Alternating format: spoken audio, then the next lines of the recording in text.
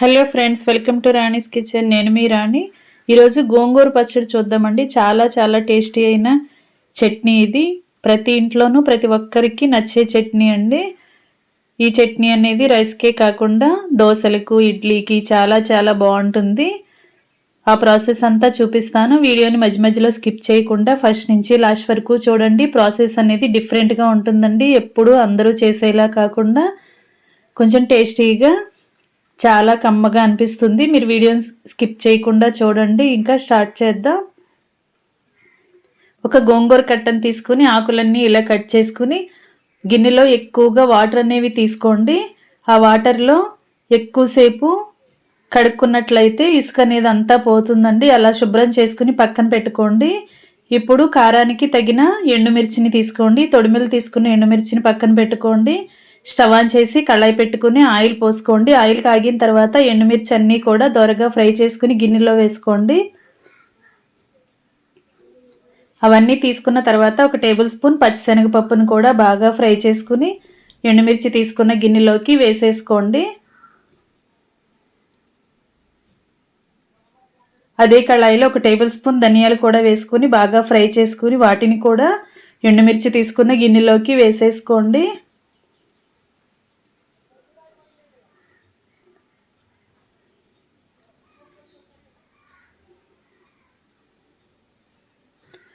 అదే కళాయిలో అర టేబుల్ స్పూన్ మెంతులు, అర టేబుల్ స్పూన్ ఆవాలు, ఒక అర టేబుల్ స్పూన్ జీలకర్ర వేసుకుని అవి మూడు కూడా బాగా ఫ్రై అయ్యే వరకు ఫ్రై చేసుకోండి. ఫ్లేమ్ మాత్రం సిమ్లోనే ఉండాలండి. మొత్తం తగ్గించేసుకుని వీటిని ఫ్రై చేసుకోండి. ఇప్పుడు అదే కళాయిలోకి ఒక టేబుల్ స్పూన్ ఆయిల్ వేసుకుని శుభ్రం చేసి పెట్టుకున్న గోంగూరను అలా ఆయిల్లో వేసుకోండి. గోంగూర అనేది చాలా ఈజీగా ఫాస్ట్గా మగ్గిపోతుందండి. వేసిన వెంటనే కూడా మగ్గటం స్టార్ట్ అవుతుంది. సగం ఆకు మగ్గిన తర్వాత మిగిలిన ఆకును కూడా అలా కళాయిలో వేసుకుని గరిటతో మొత్తాన్ని కింద నుంచి పై వరకు అలా కలుపుకుంటూ ఉంటే ఆకులన్నీ కూడా మగ్గటం స్టార్ట్ అవుతాయి. ఇప్పుడు ఒక టేబుల్ స్పూన్ గల్లు ఉప్పు వేసుకుని గోంగూరకి అంతటికి పట్టేంత వరకు బాగా కలుపుకోండి.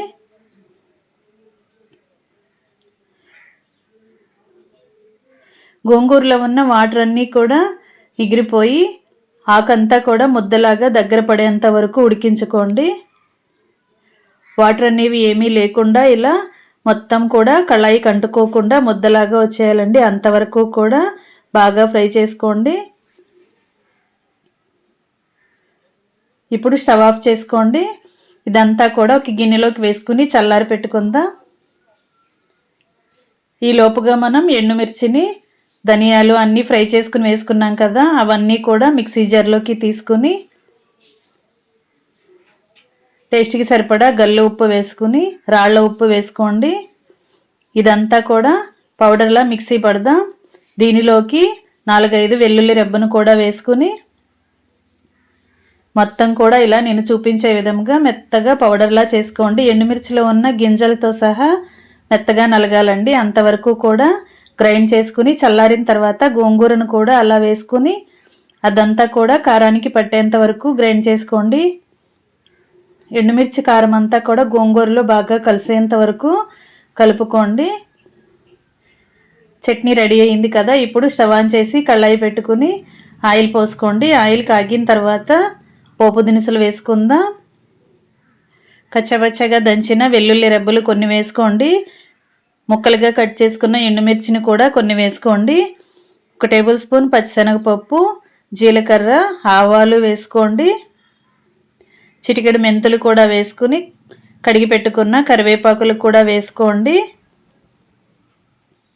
ఇవన్నీ కూడా బాగా ఫ్రై చేసుకోండి. ఫ్లేమ్ సిమ్లో ఉంచుకుని ఫ్రై చేసుకున్నట్లయితే అవన్నీ కూడా పోపు అంతా మాడిపోకుండా కరెక్ట్గా ఫ్రై అవుతుందండి. ఇలా ఫ్రై అయిన తర్వాత గ్రైండ్ చేసి పెట్టుకున్న గోంగూర చట్నీని అలా పోపులో వేసేసుకుని ఆయిల్ అంతా కూడా చట్నీకి కలిసేంత వరకు కలుపుకోండి. ఇలా చేసి పెట్టుకున్న గోంగూర డైలీ రైస్కి కానీ, ఇడ్లీకి కానీ, దోశకి కానీ చాలా చాలా బాగుంటుంది. ఎక్కువగా పల్లీ చట్నీ, కొబ్బరి చట్నీ చేసుకుంటూ ఉంటాం కదా టిఫిన్స్లోకి. అలా కాకుండా ఒకసారి ఇలా గోంగూరతో చట్నీ చేసుకుని ఒక గాజు సీసాలో స్టోర్ చేసుకున్నారంటే డైలీ మనకి కిచెన్లో శ్రమ అనేది లేకుండా బ్రేక్ఫాస్ట్ చేసుకునేటప్పుడు ఈ చట్నీతో సర్వ్ చేసుకోవచ్చండి. చాలా చాలా టేస్టీగా ఉండే చట్నీ రెడీ అయిపోయింది. వీడియో నచ్చినట్లయితే లైక్ చేయండి. మీ ఫ్రెండ్స్కి ఫ్యామిలీ మెంబర్స్కి రెసిపీ షేర్ చేయండి. ఛానల్ని ఫస్ట్ టైం వాచ్ చేసిన వాళ్ళు సబ్స్క్రైబ్ చేసుకుని పక్కనే ఉన్న బెల్ బటన్ని క్లిక్ చేయండి. ఇలా గోంగూరని డైరెక్ట్గా కూడా సర్వ్ చేసుకోవచ్చండి. లేదా ఇంకా కమ్మగా రావాలి అంటే మిక్సీ జార్లోకి కొన్ని ఉల్లిపాయ ముక్కల్ని వేసుకుని కచ్చాపచ్చగా గ్రైండ్ చేసుకుని వాటిని కూడా ఇలా చట్నీలో వేసుకుని కలుపుకున్నామంటే రైస్కి చాలా చాలా బాగుంటుంది. ఈ ఆనియన్స్ అన్నీ కూడా చట్నీలో కలిసేంత వరకు కలపండి. ఉల్లిపాయని ఎక్కువగా మెత్తగా గ్రైండ్ చేయకుండా ఇలా ముక్కలుగా గ్రైండ్ చేస్తేనే చట్నీ మనం తింటున్నప్పుడు ఉల్లిపాయ ముక్కలు అనేవి నోటికి తగులుతూ టేస్ట్ అనేది చాలా చాలా బాగుంటుంది. తప్పకుండా ట్రై చేయండి.